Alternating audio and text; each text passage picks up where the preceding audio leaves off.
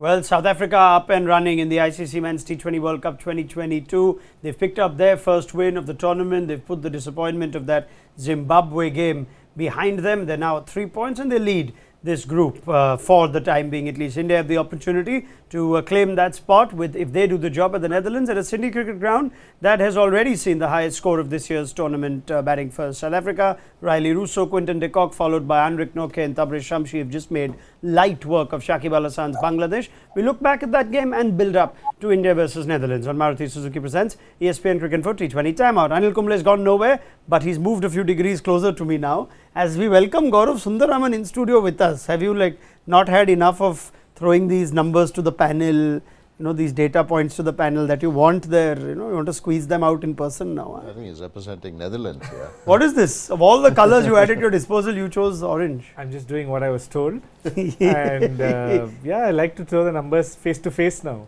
Very good. Anil, are you ready? Oh God. Yeah, I'm ready. It's like a...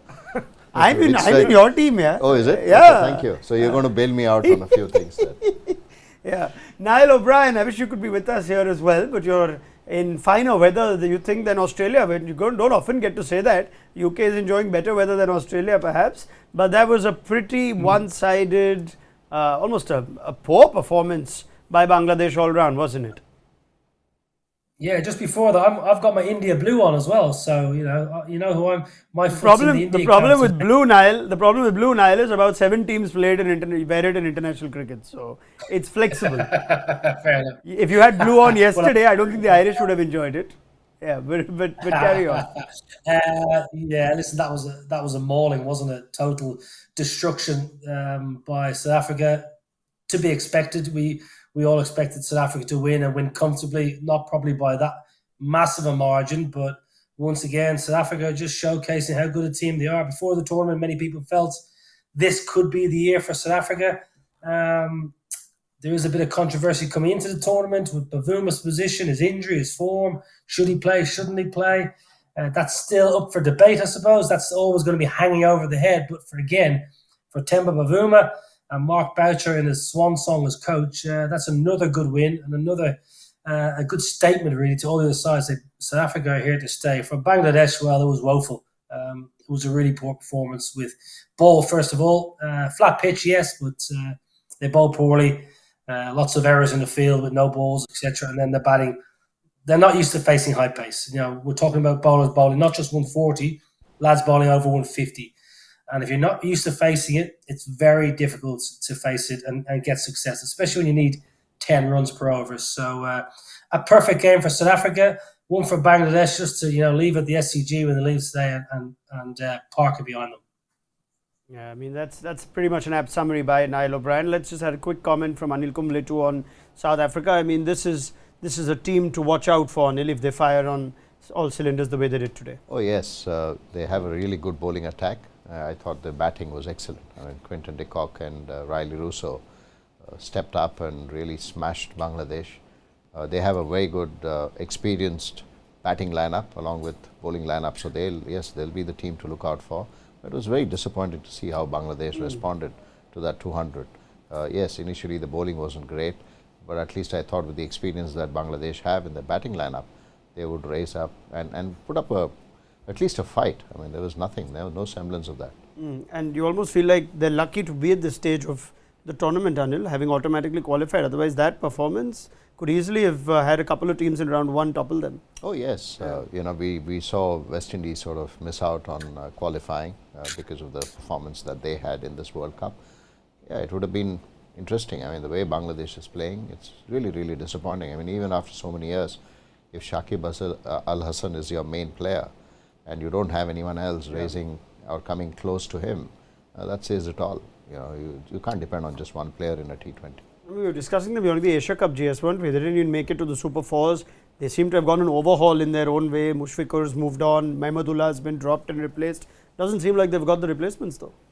Yeah, absolutely. And the best format is the ODI format for them, I think, over the last 2-3 years. That's where they put all their efforts and focus on, and not on the T20I format or the test format in that regard. So, and they haven't played much in Australia as well. I think the last T20I was their first T20I in Australia. So the conditions, everything is new to them, and I think they didn't have any plans. Even the captain, I was noticing his stats against right-handers and left-handers. Shakib Al Hasan never bowls much to left-handers because he just gets hit, and he came in pretty late because he was forced to, and he got smashed in the first over for 21 runs. So as a captain, you want to kind of lead from the front and also bowl in these tough situations, but he didn't. And then he came back. They did pull it back, but yeah, it was too much for them. Yeah, dull day in general for Shakib.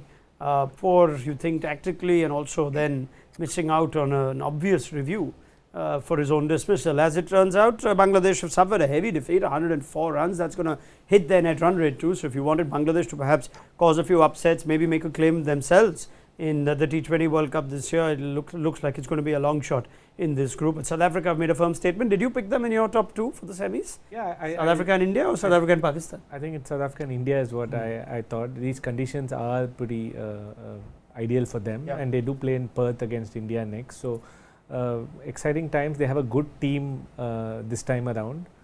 And yeah, it's difficult. They've lost 1 point, so the game against Pakistan becomes like literally a do or die, sadly, unless they beat India. Yeah. Now let's look forward to more on South Africa when they play India next. It's a mouth-watering prospect. If you want a little more spice thrown in, no need to remind you that that's at Perth. So if the South African bowlers trouble Bangladesh on what looked like a great batting surface at the SCG, watch out India for Nokia, Rabada and co at the Perth Stadium. As it turns out, India would say they don't have much of a problem. They'll pick up 2 more points today. They'll go into that game with 4 points. We shouldn't necessarily get ahead of ourselves, as Ireland have reminded the tournament yesterday. But India-Netherlands is where we will focus now. That game should be coming along quite quickly. I think there won't be much time between the toss and the first ball from the pattern that we saw in the first round, where even if the game spills over a little, they try and knock the toss off and get the game underway as soon as possible. 12:30 is supposed to be the start time for that. Let's just ask Anil, Kumble and GS as well as Niall O'Brien what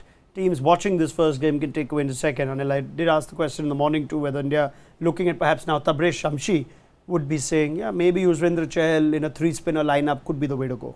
I think that's the only thinking perhaps that India will do. I mean, should you bring in Yuzvendra Chahal?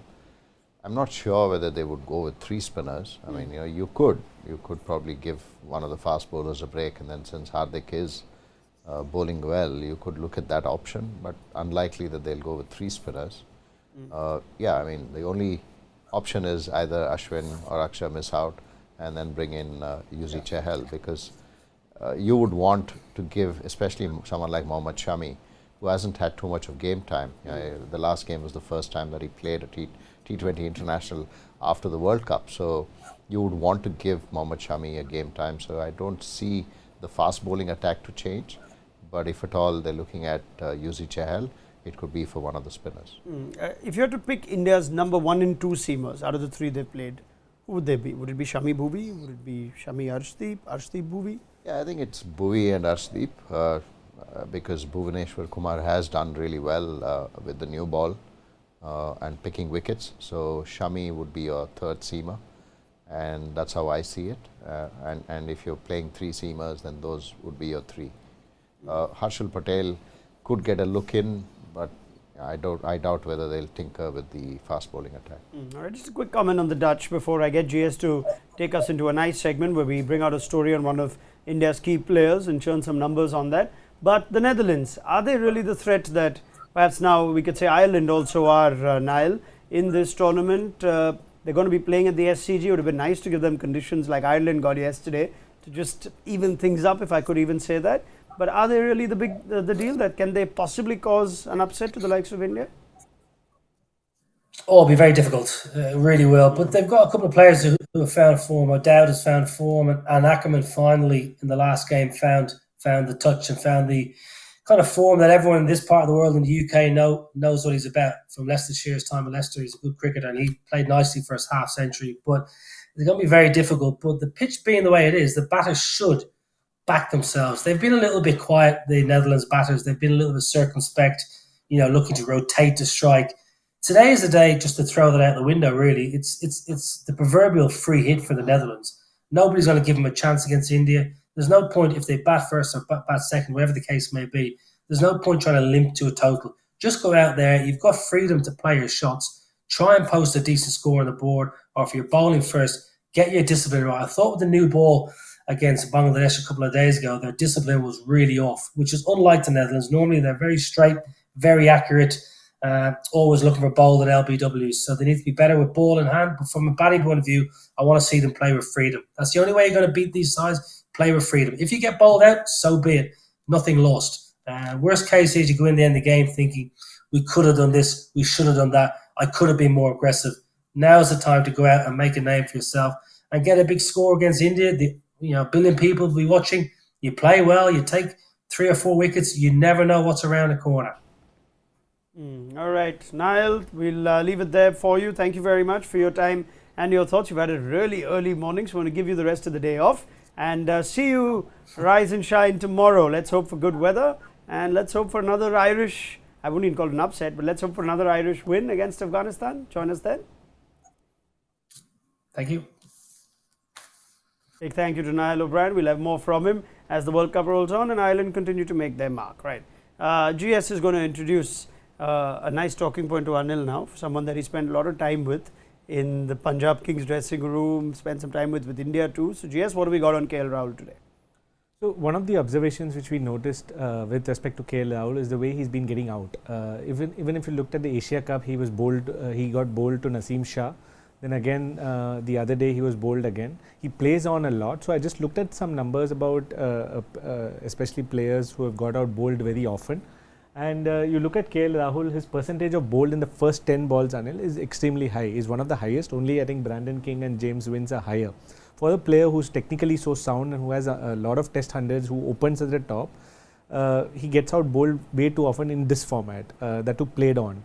So I just wanted to ask you and pick your brain on how do you think, is this a technical flaw, is it something early tentativeness, or is there some reason why this is happening time and again? And even if we remember in the IPL also a couple of times this has happened. So just wanted to ask you, is it a condition thing for the test match opener who's played and scored so many runs, and why is this problem creeping for KL Rahul?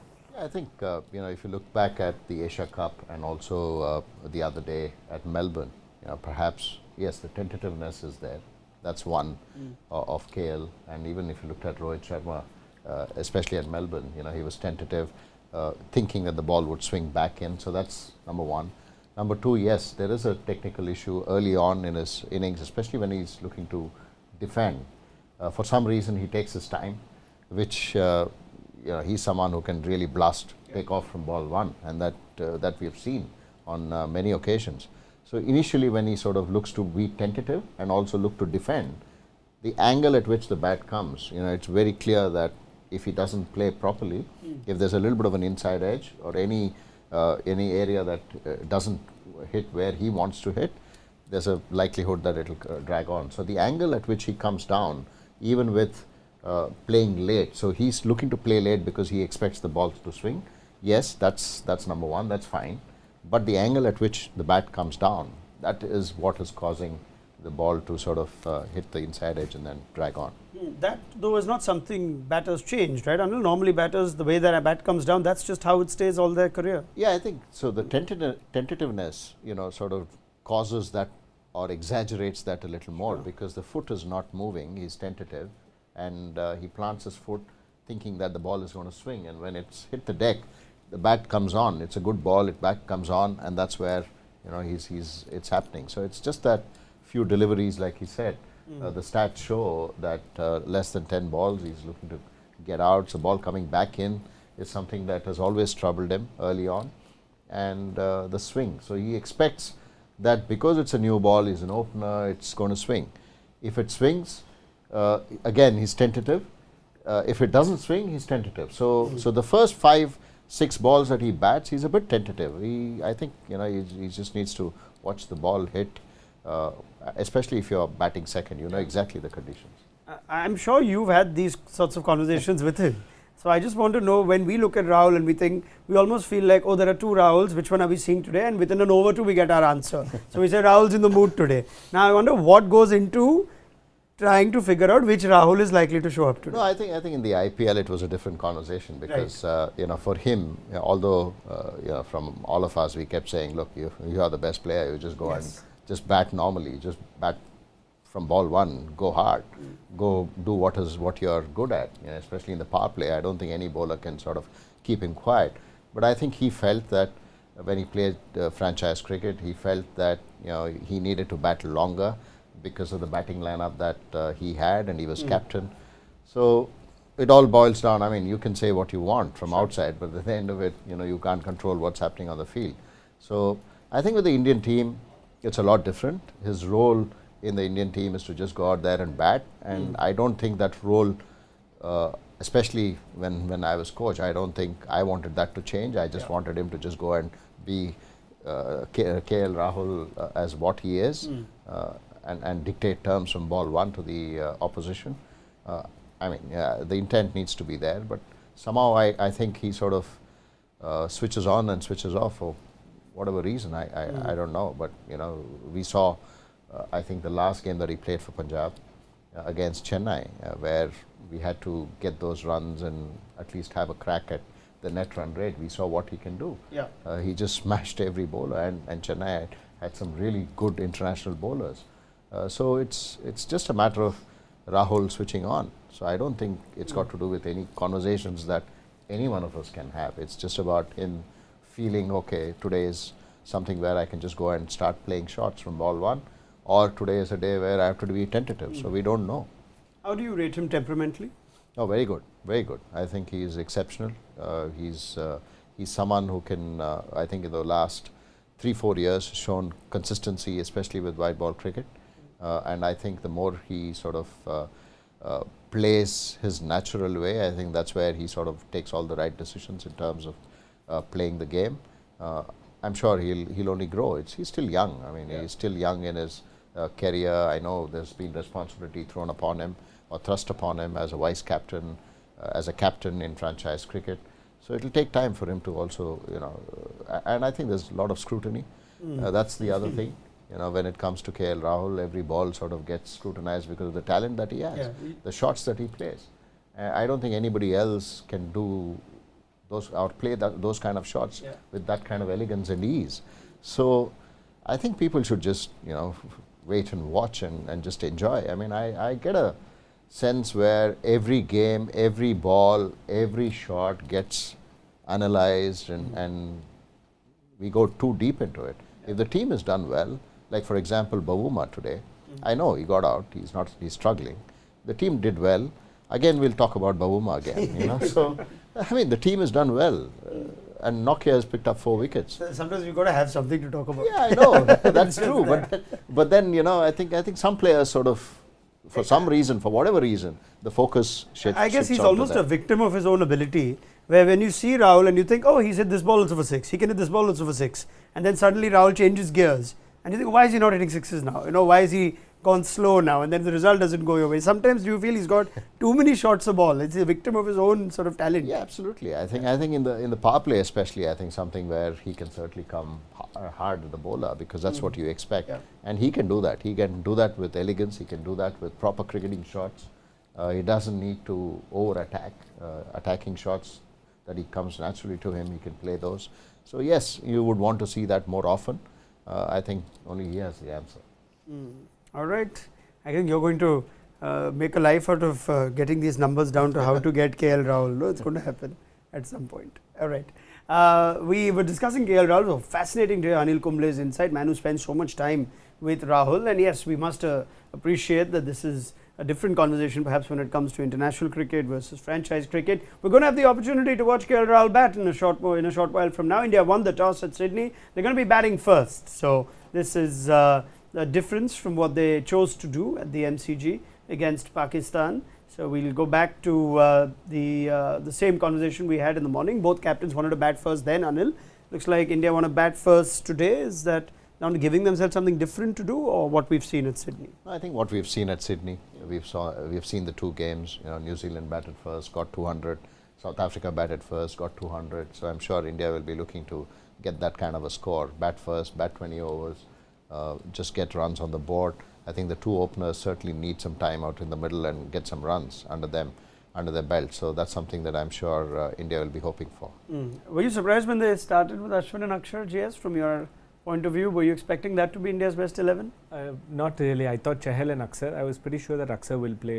Right. But I thought So it'll Chahal be Chahal and would be Akshar. a- I knew Ashwin will come back for the South Africa game for sure because that's how they kind of match him The up with. left-handers, yeah. But Paras Mambre had mentioned in the press conference the other day that Ashwin is the first choice spinner. They want him for his batting as well. So, but they're also open to changing. And like Anil said earlier on, Yeah, but they're not doing that today. So Yeah, here they are. They're going with the same team, Yeah. which is what I wanted to ask you. Would you have told the team, now let's play our extra spinner today? You know, that's where it looks good. Wrist spin against the Dutch team and whatnot. Not but really. I think it's the World Cup, right? Now you have to make sure your team is set and you have to just go in with the flow and go with the players. Very surprising that Harshal and Chahal, who we thought are two pillars of this team for the last 1 year, both are not in the reckoning. We who now? I went with Chahal. Harshal was you, huh? No, Harshal has been the one tried and tested for the last 1 year, and Shami has just leapfrogged him. No, the once they sort of made that shift of Harshal not playing and Shami coming in, then it was very clear that Akshar and Ashwin had to play,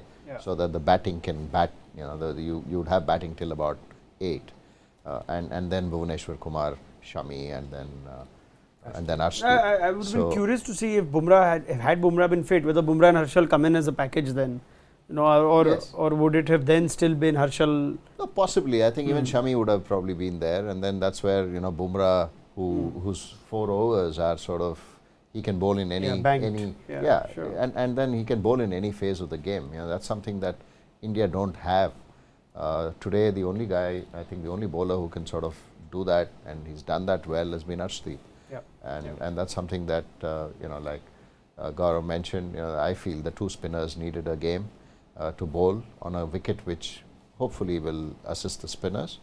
Both Akshar and Ashwin continue to be there. All right, so India have gone with the same team, that settled side. They're trying to get some continuity. They're trying to make their first choice 11, play as many situations, as many games as they can. It's not a horses for courses call that we could have interpreted for that game against Pakistan. So nice to see some stability, and they carry on with the same 11 that got the job done in chaotic fashion against Pakistan. They've had some time. Maybe this is just the kind of game India need after that, and sandwiched right in between what's going to be their next big game of the Super 12 stage, the one against South Africa at Perth. The Dutch have also gone into this game unchanged. For what it's worth, the Netherlands have had their head high. They've got their head held high in this tournament. They did well to beat Namibia to make it here, and they've given Bangladesh a reasonably tough run, 2 hits away from winning that game.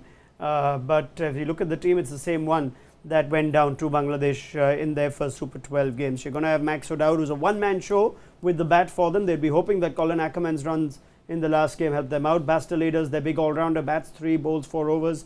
Vikram Singh gets to play against a country where he enjoys some roots from. And then you've got Tom Cooper, Scott Edwards, the captain. Tim Pringle's been impressive with his left-arm spin. Logan Van Beek keeps his place, and Shariz Ahmed, we saw him bowl some leg spin in that game against Bangladesh. Fred Klaassens, the left-arm seamer, and Van Meekeren has been good. He's been among the wickets for the Netherlands. That's the Dutch team that they've gone in with. Perhaps if we did have some conditions like yesterday, maybe that would have got the Dutch somewhat into the game. Today, Anil, you're expecting a dominating performance from India, I'm guessing. Yes, I'm expecting a real clinical, professional performance from India. Yes, the Dutch will sort of take a leaf out of what they did or what they should have done against Bangladesh. I mean, there were a couple of run-outs. It looks like Roelof van der Merwe is still not fit. Yes. So he doesn't make it to the playing 11. The same playing 11 continues. So they have some decent players. I mean, like you said, they need to sort of make sure that they are in the game. Bowling will be critical. If they can hold India under 180, 170, then there's a game. But otherwise, they can fancy their chances a little bit, but otherwise it's going to be tough. Yeah, I mean, yes, this game is about India trying to perhaps further just fine-tune skills, any areas that are still sort of questionable. Is there anything you'd like to see out of the box perhaps done in this innings now that they're batting first against the Netherlands? Not really, and with net run rate, Raunak coming into play anytime with the bad weather and what we've seen in this tournament so far, you don't want to take any chances. You just want to win as by even 100 runs. We saw South Africa winning by that margin, so who knows, it could come in handy at any point in time. So I think India's first job would be to score that 200 plus 220 and try to win by a margin of 100 runs to make sure they're in sync with South Africa. I think that's the only target they should be looking at. Would they be looking to perhaps throw in an Akshar Patel up the order at all if they get a lot of runs? Surya Kumar Yadav, maybe now we know Virat Kohli is back among the runs, so if they opening partnership's good. Anil, would you like to see somebody else get some game time? Yeah, I think so. I think, like Gaurav mentioned, I think what is critical for India is to win this game, put up a good score, and if they're in a position to sort of thump their authority on Netherlands, they should do it. And net run rate, you never know. So batting first, India, you want the openers to get some runs. That's critical. If they can get runs, then yes, Surya can certainly go up the order and then play his game. And maybe look at Hardik or even DK to sort of go up the order and get some runs. So it'll be good for India to give the batters enough time in the middle. And this is a World Cup, and World Cups are won by not just one or two players. You need your entire batting lineup to be winning you the games. Yeah, I mean, it's not like we're doing some disservice to the Netherlands. India are the overwhelming favourites in this game, but keep an eye out for Tim Pringle, the left-arm spinner. There's been something about him that's got a lot of former cricketers that have had the good fortune of talking to going into this game, impressed. 22.7 that average, bowls well in all phases, bowls well to left-handers, bowls well to right-handers, keeps the runs down. He hasn't got bagfuls of wickets just yet, but you could see he's a bowler that doesn't necessarily need a matchup. Still early days, he has some New Zealand roots. He's a left-arm spinner, likes wearing his glasses, so they tend to have good careers, these left-arm spinners from New Zealand, with that slightly higher number. So let's see if Tim Pringle is among the wickets. Shariz Ahmed is another spinner. So they've got two genuine spinners who can turn the ball away from what's a predominantly right-handed Indian batting lineup. So two bowlers that you should keep an eye out for. Are we expecting India to just come out all guns blazing? Well, they will obviously take the time, assess conditions. Assess conditions doesn't necessarily mean that you need to take 3 or 4 overs. It could be a matter of a couple of balls. Yes, they will certainly come hard. I mean, knowing Rohit and Rahul, they'll look to take on the bowlers. But I think what's important is to sort of make sure that you tick all the boxes when it comes to batting and then on the field and with the ball. So you need a clinical and professional effort from India all through. All right, we pretty much leave it there. Big thank you to Anil Kumble, Gaurav Sundararaman. We're going to hear more from both these fine gents at half-time to see how many India have got and who's enjoyed their time under the sun at the Sydney Cricket Ground. Good game for India's batters without as much pressure as there was in a chase against Pakistan at the MCG to get their juices going in what's going to turn out to be the business end of the Super 12s now after today. So do join us at half-time for Maruti Suzuki Presents ESPN Cricket for T20 Timeout.